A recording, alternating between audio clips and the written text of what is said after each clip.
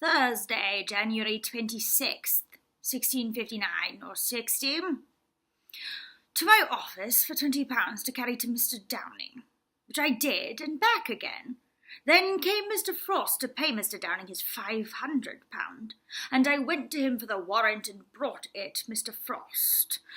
Called for some papers at Whitehall for Mr. Downing, one of which was an order of the council for £1,800 per annum to be paid monthly, and the other two orders of the Commissioners of Customs to let his goods pass free.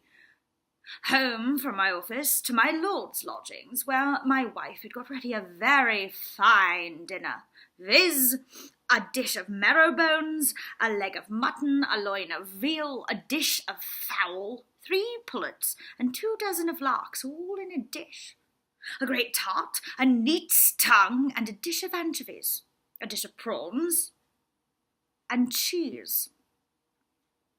My company was my father, my uncle Fenner, his 2 sons, Mr. Pierce, and all their wives, and my brother Tom. We were as merry as I could frame myself to be in the company, W. Joyce talking after the old rate, and drinking hard, vexed his father and mother and wife. And I did perceive that Mrs. Pierce, her coming so gallant, that it put the 2 young women quite out of courage. When it became dark, they all went away but Mr. Pierce and W. Joyce, and their wives, and Tom, and drank a bottle of wine afterwards, so that Will did heartily vex his father and mother by staying, at which I and my wife were much pleased. Then they all went, and I fell to writing of 2 characters for Mr. Downing, and carried them to him at 9 o'clock at night, and he did not like them, but corrected them, so that tomorrow I may do them anew.